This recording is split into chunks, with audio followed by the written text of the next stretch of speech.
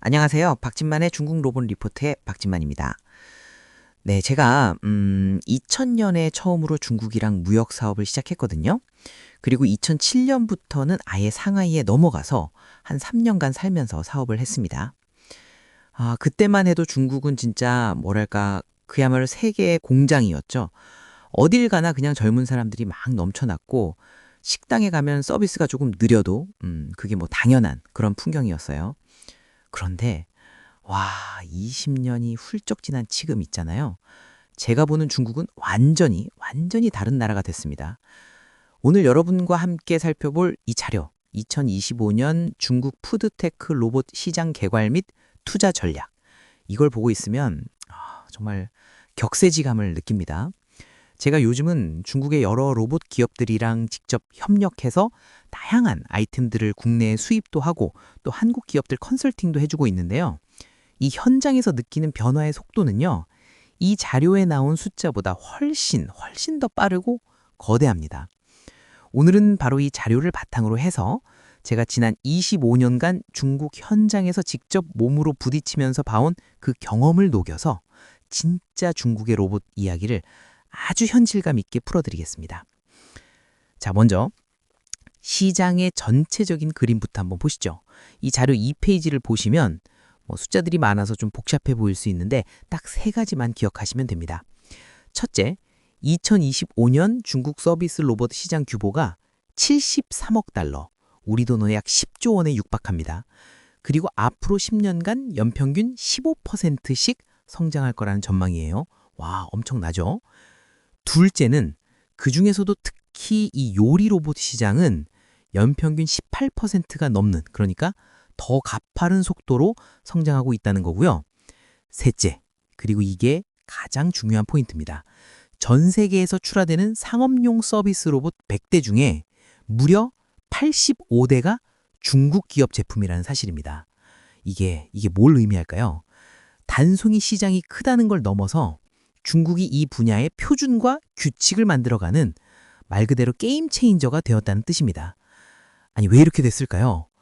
제가 2000년대 초반에 봤던 그 저렴한 인건비의 상징이었던 그 많던 젊은 노동자들이 이제는 인건비가 폭등해서 구하기조차 힘들어졌습니다. 여기에다가 코로나19 팬데믹을 거치면서 비접촉 서비스에 대한 사회적 요구가 폭발했죠.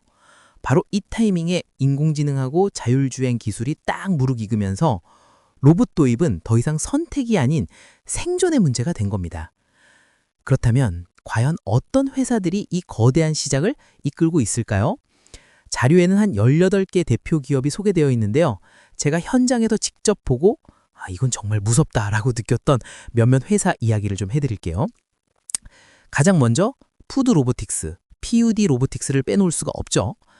아마 국내 대형 식당에서도 고양이 얼굴을 한 귀여운 서빙 로봇 보신 분들 꽤 있을 겁니다. 그게 바로 푸드의 대표 모델 벨라봇입니다. 2016년에 선전에서 이 회사가 처음으로 나왔을 때만 해도 저를 포함한 많은 사람들이 저는 장난감 같은 게 되겠어 하고 반신반의했어요. 그런데 지금 어떻습니까? 전 세계 100개국에 10만 대 이상을 수출했습니다. 중요한 건 이 로봇이 단순히 쟁반만 나르는 그런 기계가 아니라는 겁니다. 아이들이 머리를 쓰다듬으면 귀여운 표정을 짓고 길을 막으면 비켜주세요 하고 애교 있게 말도 해요. 그러니까 기술에 감성과 경험을 입힌 거죠. 이게 바로 제가 현장에서 본 중국 기업들의 가장 큰 무서운 경쟁력입니다. 또 다른 주목할 만한 사례는 쉐창 완제라는 회사인데요. 여기는 아예 24시간 운영되는 무인 국수 가게 솔루션을 만듭니다. 로봇이 주문을 받고 48초 만에 뜨끈한 국수 한 그릇을 완독하게 만들어내요. 자료에 나온 사례를 보니까 이 로봇 가게 하나로 한 달에 절감하는 인건비가 9만 위안, 우리 돈으로 약 1,600만 원이라고 합니다. 맛, 속도, 비용. 외식업의 핵심이잖아요. 로봇이 이 세 마리를 다 잡고 있는 거예요. 제가 한국 기업들 OEM, ODM 컨설팅을 하다 보면 가장 큰 어려움으로 꼽는 게 바로 이 규모의 경제랑 속도전인데 중국은 이제 이걸 로봇으로 풀어내고 있는 겁니다. 자, 그럼 우리 같은 사업가나 미래를 준비하는 투자자들은 이 거대한 흐름 속에서 어떤 기회를 잡아야 할까요? 이 자료의 후반부에 아주 현실적인 투자 전략이 나오는데요. 제가 제 관점에서 이걸 좀 더 쉽게 설명해 드려 볼게요. 마치 19세기 미국의 골드러시 때와 같다고 생각하시면 이해가 쉽습니다. 금을 캐기 위해 직접 위험을 감수하고 땅을 파는 공격형 투자자가 있죠. 오늘날로 치면 유비테크 같은 휴머노이드 로봇 자체를 만드는 회사에 투자하는 겁니다. 리스크는 크지만 성공하면 엄청난 수익을 기대할 수 있죠. 반면에 금광으로 몰려든 모든 사람들한테 청바지나 곡괭이를 파는 균형형 투자자도 있었습니다. 이거는 에스툰이나 이노벤스 같은 기업에 해당합니다. 로봇에 반드시 들어가야 되는 핵심 부품이나 자동화 소프트웨어 솔루션 기업들이죠. 어떤 금광이 대박을 터뜨리던 상관없이 시장이 크는 한 꾸준히 성장할 수 있는 아주 안정적인 모델입니다. 그리고 가장 현명하다고 평가받는 보수형 투자, 바로 금광지변에 철도를 놓고 은행을 세우고 마을을 만드는 거죠. 즉, 생태계에 투자하는 겁니다. 이게 바로 메이토안 같은 플랫폼 기업에 투자하는 방식이에요. 메이토안은 중국판 배달의 민족인데 수억 명의 고객과 수백만 개의 식당 데이터를 모두 쥐고 있어요. 이 플랫폼 위에서 서빙 로봇, 배달 로봇이 움직인다고 한번 상상해 보세요. A라는 로봇 회사가 망해도 플랫폼은 B라는 로봇 회사랑 손을 잡으면 그만입니다. 시장 전체의 성장에 가장 안전하게 올라타는 방법이죠. 결론적으로 이 자료가 우리에게 주는 핵심적인 메시지는 바로 분산 투자입니다.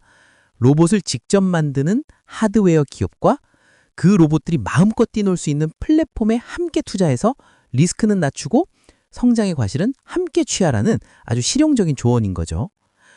제가 25년간 중국과 비즈니스를 하면서 정말 뼈저리게 배운 게 있다면 중국을 하나의 단순한 현상으로만 보아서는 절대 안 된다는 겁니다. 그 안에서 복잡하게 얽혀 움직이는 기술, 자원, 그리고 정부 정책의 흐름을 읽어야만 기회를 잡을 수 있습니다. 오늘 소개해드린 이 푸드테크 로봇 시장은 그 거대한 흐름이 가장 명확하게 보이는 분야 중에 하나예요. 아, 중국의 로봇이 많아졌구나 에서 멈추지 마시고 왜 이렇게 됐을까? 어떤 기업이 이 판을 주도하고 있는가? 그리고 가장 중요하게는 그렇다면 나는 여기서 어떤 기회를 포착할 것인가까지 고민해 보시는 계기가 되셨으면 합니다. 마지막으로 이 영상을 보시는 여러분께 질문 하나를 드리고 싶습니다.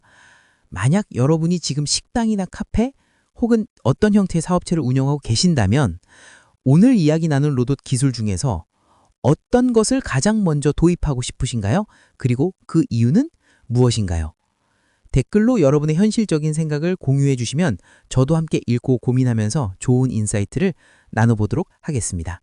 지금까지 박진만의 중공 로봇 리포트의 박진만이었습니다. 감사합니다.